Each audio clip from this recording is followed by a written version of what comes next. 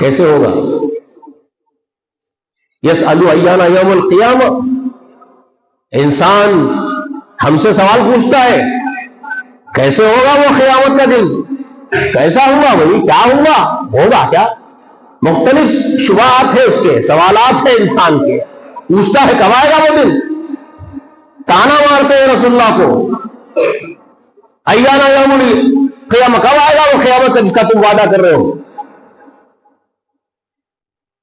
جواب دیا گیا ہے قل انما العلم عند اللہ وانما انا نذیر مبین، کہو اس کا علم میرے اللہ کو ہے، کب آئے گا وہ جانتا ہے، میں تم کو آگاہ کرنے کے لیے مجھ سے کہا گیا آگاہ کرو، میں آگاہ کر رہا ہوں، اس نے کہا آگاہ کر دو، بتا دو، میں بتا دے رہا ہوں، میرا کام اتنا ہی ہے، کب آئے گا اس کو معلوم ہے، وہ آئے گا۔ فَإِذَا بَرِقَ الْبَصَرُ وَخَسَفَ الْقَمَرُ وَجُمِعَ الشَّمْسُ وَالْقَمَرُ يَقُولُ الْإِنسَانُ يَوْمَئِذٍ أَيْنَ الْمَفَرُّ كَلَّا لَا وَزَرَ إِلَىٰ رَبِّكَ يَوْمَئِذٍ الْمُسْتَقَرُّ۔ تفصیل کے ساتھ، ڈیٹیلنگ کے ساتھ جواب دیا، وہ آئے گا اس دن جس دن تمہاری آنکھیں پتھرا جائیں گی، جس دن چاند میں نور کر دیا جائے گا، جس دن سورج چاند جمع کر لیے جائیں گے، جس دن تم چیخ پڑو گے تمام انسان جنات، آج کہاں بچ کے بھاگے، کہاں جان کھپا لے، کہاں بچا لے، کیسے بچ جائیں، لا وزر، کوئی جگہ نہیں ہوگی آج تمہارے لیے بچنے کی، اِلَىٰ رَبِّكَ يَوْمَئِذٍ الْمُسْتَقَرُّ، اے محمد آج تیرے رب کے یہاں پناہ گاہ ہوگی، وہی آ کے ٹھہرنا پڑے گا، سب کو وہ جمع کرے گا، ایک ایک پائی کا حساب لے گا، وہ دن آ رہا ہے، وہ آئے گا۔ وَفِي الْآخِرَةِ، پھر اس دن کیا ہوگا؟ عذاب شدید۔ دنیا کی مثال بیان کرنے کے بعد سورۃ الحدید میں اللہ تعالیٰ فرما رہے ہیں اعلموا انما الحیاۃ الدنیا لعب ولہو وزینۃ وتفاخر بینکم وتکاثر فی الاموال والاولاد کمثل غیث اعجب الکفار نباتہ، ایک کسان جس نے ہل چلایا ہے، دھوپ میں، تپتی ہوئی دھوپ میں ہل کندھے پر لے کر کے، اس زمانے میں، آج تو ٹریکٹر آ گئی آپ کی، مشنری سے آپ ہل چلاتے ہو، زمین جوتتے ہو، چھوڑ دیجئے، کہاں یہ دن اور کہاں وہ دن جب قرآن نازل ہو رہا تھا، اٹھا کے دوڑتے تھے بیلوں کو پکڑ کے ہل چلانے کے لیے، پوری آپ تصور بھی نہیں کر سکتے اس محنت کا، کسان دیکھے ہی نہیں نا، نوجوان نسل کو معلوم ہی نہیں، پھر بھی جو ہمارے بڑے لوگ ہیں ان کو معلوم ہے، جو سفید بال والے بڑے لوگ ہیں وہ بخوبی جانتے ہیں، وہ دیکھے اپنی آنکھوں سے، نوجوانوں کو تو معلوم ہی نہیں، کہاں دیکھے وہ کسان جو محنت کرتے تھے، آپ دیکھیں نا، تپتی ہوئی دھوپ میں، سوکھی زمین پہ جو دھوپ میں گرم ہو کے تپ رہی ہے، جو پیروں کو چھالے پڑ جا رہے ہیں، جل جا رہے ہیں پیر، وہ دھوپ میں ننگے پاؤں جا کر کے زمین کو جوتتے تھے، ہل لے کر کے بیلوں کو لگا کر کے، اور ایک کاٹے، ہمارے پاس جو ہمارے تلنگانہ میں جو ماحول تھا، ببول کے جھاڑ ہوتے تھے کھیتوں کے بیچ میں کہیں، خاردار کاٹی والے، اس کی تھوڑی سی چھاؤں پڑتی تھی، تھوڑی سی چھاؤں، بس اس کے نیچے بیٹھ کر کے جوار کے 2 روٹیاں کھاتا تھا کسان، اور بیج بونے کے بعد آسمان کو ٹکٹکی لگا کے دیکھتے تھے، اب رحم کرم تیرا ہو تو نباتات اگے، تو برسائے بارش تو دانا اگے، ورنہ سب کچھ محنت چوپٹ ہو گئی، سال بھر فاقے ہوں گے، بھکمری ہوگی، یہ حالات تھے، ہے اب بھی، بارش وہ نہ برسائے تو نباتات کہاں سے ہوگی آپ کی؟ تو اللہ فرماتے ہیں کہ وہ کسان جس نے زمین جوتا ہے، محنت کی ہے، جب اس کی کھیتی اگتی ہے، جب وہ آسمان سے بارش برساتا ہے، وہ بارش وہ بینوں پر پڑتی ہے، زمین میں وہ بین پلٹتے ہیں، آسمان کی طرف حمد کرتے ہوئے قوم پر اگاتے ہیں، اس کے حکم سے سارے نباتات کو اگاتا ہے، ان کو کھانے کے لیے مہیا کرتا ہے، اس کی کھیتی جب لہلانے لگتی ہے ہری بھری، تو جب وہ محنت کرنے کے بعد اپنے لہلاتے ہوئے کھیتی کے ان پمپلوں کو دیکھتا ہے جو لہلا رہے ہرے ہرے، تو کتنا خوش ہوتا ہے، جانتے ہیں؟ پنجاب میں آج بھی آپ معلوم ہے آپ لوگوں کو بیساکھی کے میلے لگتے ہیں، معلوم ہے کہ نہیں معلوم ہے؟ جس ملک میں رہتے اس ملک کی بھی تاریخ نہیں جانتے، اس ملک کے کلچر کو بھی نہیں جانتے ہم لوگ، ہمارا تو یہ زندگی کا حال ہے بھائی، جی رہے ہیں، بس جی رہے ہیں جانوروں کی طرح۔ سب سے بڑا تہوار بیساکھی کا ہوتا ہے پنجاب میں، کیونکہ وہاں کے پنجاب میں اکثریت اسٹیٹ پورا کا پورا کسان ہی پر نربھر ہے، کاشتکاری پر. تو بیساکھی سب سے بڑا تہوار ہے. کیوں ہے؟ جب ان کے پاس کھیتی لہلانے لگتی ہے تو وہ جھولے ڈالتے ہیں، خوش ہوتے ہیں، ناچتے گاتے ہیں، خوشیاں مناتے ہیں. تو اللہ تعالیٰ نے ذکر کیا 1400 برس پہلے اللہ تعالیٰ ذکر فرما رہے ہیں عاجب الکفار نباتہ، وہ جب نباتات اگتی ہے تو اس کفار کہتے ہیں زمین کو پھاڑنے والا، وہ جو جوتتا ہے کسان، اس پہ بیج ڈالتا ہے، اس کو کہتے ہیں. تو اس کے دل کو باغ باغ کر دیتے ہیں وہ نباتات، کھیتیاں خوش و خرم کر دیتے ہیں ان کو. وہ ناچتے جھومتے گاتے ہیں، خوش ہو جاتے ہیں. بس وہی مثال ہے تمہاری کمادوں کی، تمہاری محنت کی، جو تم نے فارم ہاؤس بنائے، بلڈنگیں بنائی، گاڑیاں خریدے، تم تو ناچ رہے ہو، گا رہے ہو، تمہاری محنت تم کر رہے ہو، بھاگ دوڑ کر رہے ہو دنیا کے پیچھے. وہی بہار ہے، یہ وہی وہ بہار آئی ہے چند روز. جس طرح پھر اس کسان کی کھیتی کچھ ہی دن میں پیلی پڑ جاتی ہے، کچھ ہی دن میں سوکھ جاتی ہے، پھر وہ کاٹ دیتا ہے اور کچرا جانوروں کا بھوسا بن جاتی ہے. یہی حال ہے اس دنیا کی زندگی کا. اللہ فرماتا ہے یہی حال ہے. تمہاری یہ بہار ختم ہو جائے گی، ختم کر دی جائے گی. إِنَّ جَعَلْنَا مَا عَلَى الْأَرْضِ زِينَةً لَهَا لِنَبْلُوَهُمْ أَيُّهُمْ أَحْسَنُ عَمَلًا وَإِنَّا لَجَاعِلُونَ مَا عَلَيْهَا صَعِيدًا جُرُزًا. بس چٹیل ہموار میدان کر کے رکھ دیں گے ہم اس دنیا. دوڑے چلے جا رہے ہیں. تو پھر جب آخرت کا دن آئے گا تو کیا ہوگا؟ وَفِي الْآخِرَةِ عَذَابٌ شَدِيدٌ، شدید عذاب ہوں گے.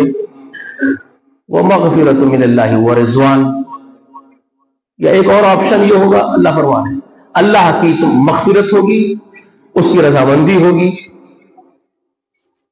کیا چاہتے ہو؟ چاہتے کیا ہو؟ اس کی طرف دوڑو. آپ جو چاہتے ہو اس کی طرف دوڑو. مغفرت من اللہ ورضوان چاہتے ہو تو اس طرف دوڑو. یہ عذاب شدید میں پڑ جانا چاہتے ہو، جاؤ آزاد ہو. کدھر جانا ہے جاؤ. رسول اللہ فرماتے ہیں جنت دوزخ بنائے تھے اللہ تعالی تو جبرائیل امین کو بلائے. صحیح حدیث ہے، رسول اللہ واقعے کے طور پر بیان کر رہے ہیں، مستند روایت ہے. جبرائیل کو بلائے اور ارشاد فرمائے باری تعالیٰ کہ جبرائیل ذرا جا کر کے میرے جہنم کا تو مشاہدہ کرو. وہ گئے، دیکھے، ڈر گئے، بہت لرز گئے، کانپ اٹھے اور آ کر کے کہتے ہیں پروردگار کون جائے گا تیری دوزخ میں؟ کون چاہے گا تیری دوزخ میں داخل ہونا؟ اتنی بھیانک، اتنا خطرناک مقام پورے کائنات میں کہیں اس سے زیادہ بھیانک مقام نہ ہو. جبرائیل جیسا فرشتہ لرز اٹھا، کانپ گیا. جو زمین پہ کھڑے ہوتا ہے آسمان بھر لیتا ہے، مشرق اور مغرب میں پر پھیلا کے مشرق سے مغرب بھر لیتا ہے، ایسی جسامت والا فرشتہ کانپ اٹھا، لرز گیا اس جہنم سے. کب کباتے ہوئے رب سے کہتا ہے کوئی نہیں جائے گا تیری مخلوق، کوئی نہیں چاہے گا اس میں داخل ہو. پھر رسول اللہ فرماتے پھر اللہ تعالیٰ نے اس جہنم کو عیش و عشرت سے، زینت سے، خوشحالی سے، نفسانی تمام خواہشات سے، شہوت کی تمام چاہتوں سے اس کو مزین کر دیا، اطراف سے سجا دیا اس جہنم کی. پھر کہا اب ذرا پیٹرولنگ کر کے آؤ اطراف سے، جبرائیل ذرا چکر لگاؤ اور دوزخ کو دیکھو اور آؤ میرے پاس، پھر بات کرو. تو جبرائیل امین گئے، پیٹرولنگ کیے، پورا جائزہ لیے، سروے کیے. اب آ کر کے کہنے لگے تیرے جلال جلال کی قسم ہے میرے پروردگار، اب میں نہیں سمجھتا کہ کوئی جنات، کوئی انسان اس دوزخ سے بچے گا. اس کے اطراف جو آپ نے سجاوٹیں سجا دی ہے، جنات اور انسان کھچے جائیں گے اس کی طرف، اور بالآخر وہ دوزخ میں داخل ہو کر رہ جائیں گے. ایسا کر دیا آپ نے پروردگار کہ بچنے کا کوئی امکان باقی نہ رہ جائے ان کے لیے. اتنا آپ نے اس کو سجا دیا اطراف سے، ان کی نفسانی خواہشات سجا دی، شہوت کا سامان رکھ دیا، آسائش رکھ دی، زیبائش رکھ دی، وہ تو اسی پر بڑے بٹیں گے۔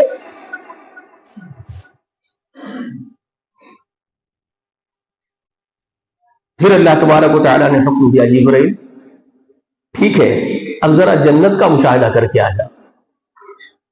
وہ جنت کی طرف گئے، جب اللہ نے بھیجا یا پہلی مرتبہ وہ جنت کو دیکھنے کے لیے انٹر ہوئے، پیراڈائز میں انٹر ہوئے اور جنت کو دیکھے ہیں۔ وہ فرشتہ اتنا خوش ہو گیا، آ کے اللہ تعالیٰ کے سامنے اللہ کی خوب حمد کرنے لگے، تعریفوں کے پل باندھنے لگے اللہ کے، اور کہنے لگے جبرائیل پروردگار اس سے زیادہ نعمتوں سے بھری ہوئی، اس سے زیادہ عمدہ ترین جگہ کائنات میں تھا، کون اس کو نہیں چاہے گا؟ جتنے آپ نے امتحان کے لیے پیدا کیے مخلوق جنات اور انسان کو، ان میں کا ہر فرد اس کو جانا چاہے گا، اس کے لیے سب کچھ کریں گے، وہ ایک چھوٹی کا زور لگائیں گے لیکن اس میں جائیں گے پروردگار وہ۔ تب اللہ نے، رسول اللہ فرماتے ہیں اللہ نے اس جنت کے ارد گرد گھاٹیاں لگا دی، ایسی خطرناک گھاٹیاں لگا دی، صبر کی گھاٹیاں، تحمل کی گھاٹیاں، برداشت کی گھاٹیاں، بھوکمری اور فاقوں کی گھاٹیاں، بیماریوں پر صبر کی، تکلیفوں پر صبر کی، ہر قسم کے صبر اور برداشت اور تحمل، بھوکمری، فاقے، قربانیاں، ایثار، ان تمام گھاٹیوں سے اس کو گھیر دیا، وہ سب پار کرنے کے بعد ملے گی۔ اب جبرائیل سے کہا کہ اب جا مشاہدہ کر کے آئے، ایک مرتبہ سراؤنڈنگ پورا پھر کے کر کے آ جاؤ۔ گئے جبرائیل، سروے کی اطراف سے، مایوس ہو گئے، منہ لٹک گیا اور آ کے کہنے لگے پروردگار مجھے اب کوئی امید نظر نہیں آتی، اتنی گھاٹیاں پار کر کے اس جنت میں داخل کیسے ہوں گے؟ مجھے نہیں لگتا ان کے بس کی بات ہے۔ جبرائیل جیسا فرشتہ جس نے دنیا میں بہت کچھ دیکھا ہے، کائنات میں بہت کچھ دیکھا ہے، سردار ہے وہ ملائکہ کا، کہنے لگے مجھے امید نظر نہیں آتی، بہت کم امید نظر آتی ہے مجھے، بہت تھوڑے لوگ ہوں گے جو بچیں گے شاید اس میں جا سکیں گے۔ تو یہ رسول اللہ صلی اللہ علیہ وسلم کیوں سناتے ہیں؟ اور بخاری میں ایک روایت ہے، مسند احمد میں بھی ہے، صحیح روایت ہے، رسول اللہ نے فرمایا تھا جنت تم سے اتنا ہی قریب ہے جتنا تمہارے جوتی کا تسمہ تمہارے قریب ہوتا ہے، بس اتنی قریب ہے جنت تمہارے، اتنی قریب ہے، لیکن اس میں داخل ہونا اتنا ہی مشکل ہے، اتنا ہی مشکل ہے۔ وہ گھاٹیوں کو طے کر کے جانا ہے تمہارے لیے، اور دوزخ بھی اتنی ہی قریب ہے تم سے، لیکن اس سے بچنا اتنا ہی مشکل ہے، کیونکہ تمہاری فطرت تم کو پکارے گی اور شیطان لعین تم کو مزے دلائے گا، تمہارا نفس تم کو پدک پدک کے اس طرف لے کے دوڑے گا اور تم جاؤ گے جہنم میں۔ تم چاہتے کیا ہو طے کرو، لیکن آسان تو نہیں ہے، ناممکن بھی نہیں ہے، جنت میں داخل ہونا ناممکن نہیں، لیکن صبر، تحمل، برداشت کی گھاٹیاں تو آپ کو پار کرنا پڑے گا، ایثار و قربانیوں کا مظاہرہ تو آپ کو کرنا پڑے گا، اپنے رب کو راضی کرنے کے لیے آپ کو برداشت تو کرنا پڑے گا، صبر تو کرنا پڑے گا، استغفار تو خود کرنا پڑے گا۔ کائنات کے سب سے بڑے مرتبے والے شخص کی زندگی دیکھ لو نا بھائی، کیا کیا رتبے بلند کر دی اللہ نے، کتنے رتبے۔ یہ جبرائیل جس کا میں ذکر کر رہا ہوں، یہ جبرائیل جو ملائکہ کا سردار ہے، اتنا اللہ کا مقرب ترین فرشتہ ہے، قوت کا یہ عالم ہے کہ اس سے بڑا قوت والا کائنات میں کوئی نہیں ہے، جسامت کا یہ عالم ہے کہ زمین آسمان بھر لیتا ہے، یہ فرشتہ سدرۃ المنتہا پر جا کے ٹھہر جاتا ہے، یہ فرشتہ معراج کے دن سدرۃ المنتہا پر رک جاتا ہے اور کہتا ہے کہ یہاں سے آگے بڑھنا عرش تک جانے کی ہماری تقدیر نہیں ہے، ہماری تقدیر میں نہیں لکھا اللہ نے کہ ہم عرش تک رسائی کریں، اس کے پاس جائیں، عرش پہ ٹھہرے اور بات کریں۔ ہم یہاں ٹھہرتے ہیں، ہمارے کو حکام یہاں آتے ہیں، یہاں سے ہماری بات چیت ہوتی ہے، ہم وہاں نہیں جا سکتے۔ وہاں تک جانے کے لیے صرف ایک ہی شخص پیدا کیا گیا ہے جو وہاں تک جا سکتا ہے، وہ اکیلا ہے، وہ ہے محمد صلی اللہ تعالی علیہ وآلہ وسلم۔ یہ رتبہ ہے، اور زندگی وہ اتنے بڑے مرتبے والے کی زندگی کیا ہے؟ صحیح بخاری میں فرماتے ہیں 70 سے زائد مرتبہ میں استغفار کرتا ہوں پروردگار کے حضور۔ یہ اتنا رتبہ جس کا بلند، اتنا قریب اللہ کے، اور کیسا روتے ہیں؟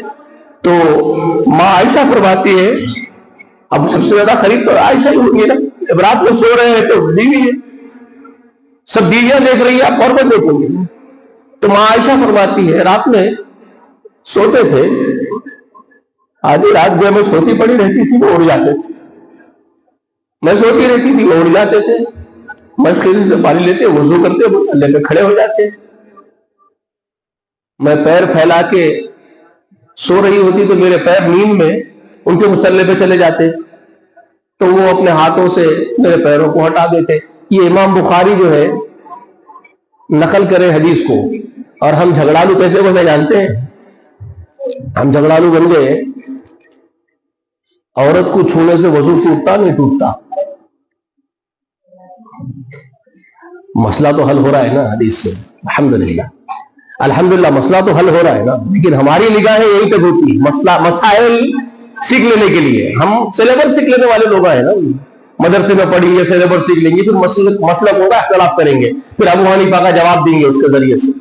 اس لیے سیکھتے ہیں ہم سیکھتے ہیں اس لیے کہ ابو حنیفہ کو جواب دینا ہے، ابو حنیفہ کے ماننے والوں کو جواب دینا ہے، یا ابو حنیفہ رحمۃ اللہ علیہ کے مسلک کے لوگ امام شافعی کو جواب دینا ہے، ان کے مسلک والوں کو جواب دینا ہے۔ یہ سب ہمارا،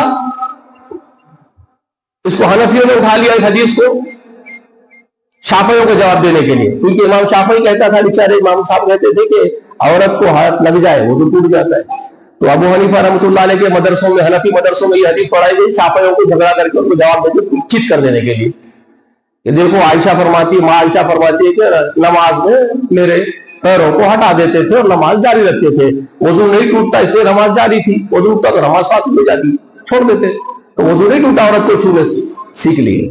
لیکن یہاں ایک اور چیز نہیں سمجھ میں آئی، ایک اور چیز آپ کے سمجھ میں نہیں آئی، کسی کے پڑھنے نہیں پڑی، کہ کتنا گزرا تھا محمد کا صلی اللہ علیہ وسلم کا کہ بیوی سو رہی ہے، مسلے پر پیر آ جا رہے ہیں، کیا زندگی ہے؟ بیوی سو رہی ہے، پیر مسلے پہ آ رہے ہیں، کیا زندگی ہے؟ کتنا بڑا حجرہ ہے، کتنا بڑا کمرہ ہے، بیڈ روم کتنا بڑا ہے، کتنے ایئر کنڈیشن لگے ہوئے ہیں بیڈ روم میں، کتنے عالیشان بڑے بچھے ہوئے، بتائیے۔ کائنات کے سب سے بڑے شخص محمد کی زندگی صلی اللہ علیہ وسلم جی۔ اور یہی ماں فرماتی ہے کہ رات میں روتے تھے مسلے پہ، کیسا روتے تھے؟ تو ماں فرما رہی ہے کہ ایسی آواز آتی تھی کھٹ کھٹ کھٹ کھٹ جیسے کہ کوئی ہڈیاں پک رہی ہے چولہے کو، پوری رات روتے رہتے، مسلے میں روتے بڑے رہتے تھے، ہچکیوں پر روتے تھے، مناتے تھے اس رب اس کو بلانے کے لیے پوری رات روتے تھے۔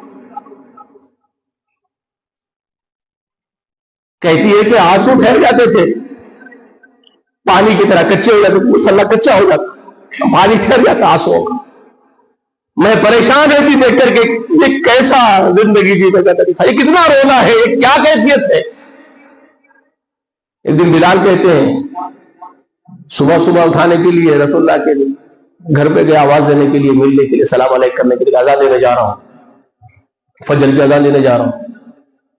تو عائشہ نے، غلام ہے بلال، رسول اللہ کے خادم ہے، تو ماں عائشہ فرماتی ہے بلال اپنے آقا سے کیوں نہیں بولتا، یہ کیا حالت بنا کے رکھے ہیں، دیکھ آنسو رہے ہیں، پوری رات روتے ہیں، بولتا کیوں نہیں، کیسا کیوں؟ چاہے یہ بخشا بخشائی نہیں ہے، کیا اللہ نے نہیں کہا ان کے بارے میں کہ اللہ نے ان کے اگلے پچھلے گناہ معاف کر دیے قرآن میں؟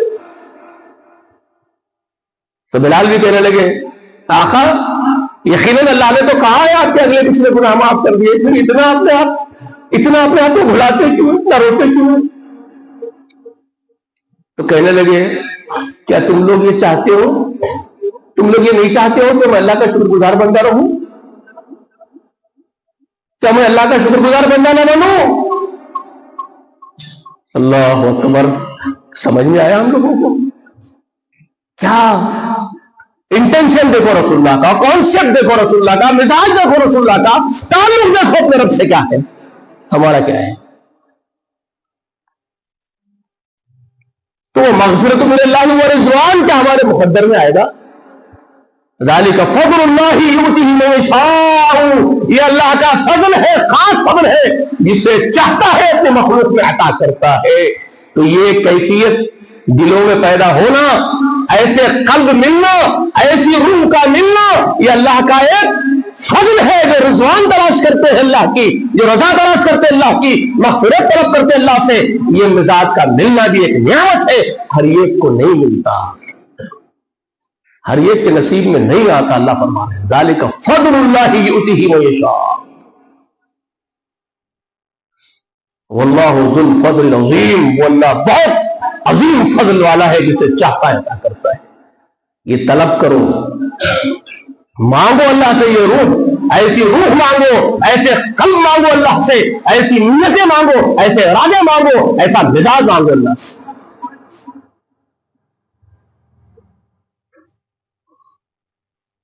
ورنہ دنیا کی طرف مائل تو کروڑوں لوگ ہیں، کھربوں لوگ ہیں، آپ ان میں سے ہو جائیں گے تو کیا فائدہ؟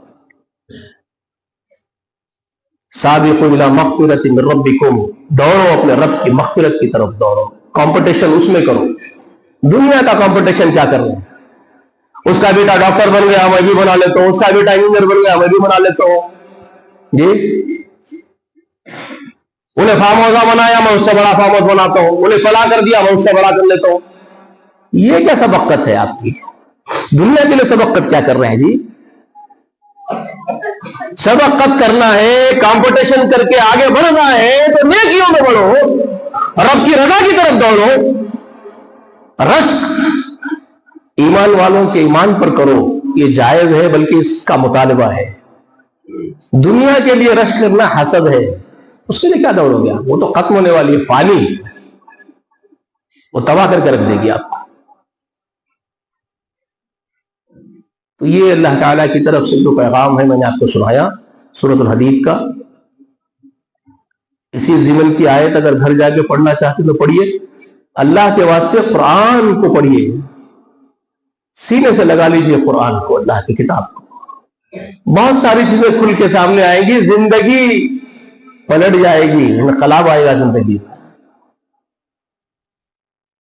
قرآن تبدیل کر دے گا، انقلاب لائے گا آپ کی زندگی میں۔ انقلاب کیا؟ آخرت کا انقلاب لائے گا، اللہ کے قریب کرے گا۔ تو سورہ آل عمران میں آیت نمبر 14 اس کے ساتھ ملا کے پڑھیے، سورۃ الحدید کی آیت نمبر 20-21 کے ساتھ۔ زُيِّنَ لِلنَّاسِ حُبُّ الشَّهَوَاتِ مِنَ النِّسَاءِ وَالْبَنِينَ وَالْقَنَاطِرِ الْمُقَنطَرَةِ مِنَ الذَّهَبِ وَالْفِضَّةِ وَالْخَيْلِ الْمُسَوَّمَةِ وَالْأَنْعَامِ وَالْحَرْثِ ذَلِكَ مَتَاعُ الْحَيَاةِ الدُّنْيَا وَاللَّهُ عِندَهُ حُسْنُ الْمَآبِ۔ یہ دنیا، اس کی زینتیں ہم نے سجائی ہے تمہارے امتحان کے لیے، مزین کر دیا ہم نے انسانوں کے لیے۔ عورتوں کی محبت، بیٹوں کی محبت، اولاد کی جو محبت ہے، وہ سونے چاندیوں کی محبت، خزانے جمع کر رہے، سونے چاندیاں، جی فارم ہاؤس، سواریاں، یہ ساری محبتیں تمہاری، کھیتیاں، باغیچے، ذالک متاع الحیات الدنیا، وہ سب دنیا کی متاع، متاع الحیات الدنیا۔ متاع کس کو کہتے ہیں جانتے ہیں بھائی؟ متاع عربی لغت میں متاع کس پر بولا جاتا ہے؟ جو لوگ عرب ہیں، الحمدللہ بہت سارے لوگ عرب ہیں، تو زبان کو اگر اپنی زبان کو اگر جانتے ہوں گے عرب، تو آپ کو معلوم ہونا چاہیے لغت کے اندر جو متاع کا لفظ استعمال ہوا ہے، چولہے پہ سے برتن بگونا وغیرہ جب اتارنے کے لیے استعمال کرتے ہیں کپڑے کا، صرف ایک استعمال کرتے ہیں، صرف گرم برتن کو اتارنے کے لیے جو کپڑے کا استعمال کرتے ہیں اس کو لغت العربی میں کہتے ہیں متاع۔ ہمارے حیدرآبادی اگر موٹے انداز میں بولے تو چندی، ایک ایسی چندی جو صرف بگونا اتارنے کے لیے استعمال کرے پھر پھینک دی۔ تو اللہ تعالیٰ اس کی مثال اس کپڑے سے دی ہے، دنیا کی زندگی اور اس کی زینتیں اور اس کی آسائشیں ہیں، وہ چندی ہے، وہ رہے جو استعمال کرے پھینک دی، ختم، اس کی اہمیت اتنی اس سے زیادہ نہیں۔ متاع الحیات دنیا ہے، بس اس چندی دنیا کے لیے اتنا ہمارے چلے جا رہے ہیں، آخرت کے مقابلے میں جبکہ عمدہ ترین جنت عرضھا کعرض السماء والارض، جس کی وسعت اس ایک جنت کی 7 آسمان و زمین کے برابر، آسمان و زمین کے برابر، ایک آسمان ایک زمین کے برابر ایک جنت، عرضھا کعرض السماء والارض۔ رسول اللہ ایک بار فرمائے تھے لوگوں صحابہ سے، جنت کی ایک ادنا جو جگہ ہوں گی، کوڑے کی جگہ، کوڑا کرکٹ جس زمین میں کوڑا اڑا گھوڑا اڑا ہوتا ہے، جنت کی ایک کوڑے بھر کی جگہ، جنت کی ایک کوڑے بھر کی جگہ پوری زمین سے بہتر ہے، پوری دنیا کی زمین سے بہتر ہے، یہ رسول اللہ فرمائے، صحیح حدیث بخاری میں ہے۔ جنت کی ایک کوڑے بھر کی زمین پوری زمین سے بہتر، اور ہم لوگ مرے جا رہے ہیں کوڑے جیسی زمین کے راستے، اس کچرے پر مر رہے ہیں، اسی کو سجا رہے ہیں، سنوار رہے ہیں۔ اللہ سے دعا ہے کہ اللہ ہم سب کو سمجھنے کی توفیق عطا فرمائے، جب تک زندہ رکھے، ایمان پر رکھے، اسلام پر رکھے، آمین یا رب العالمین۔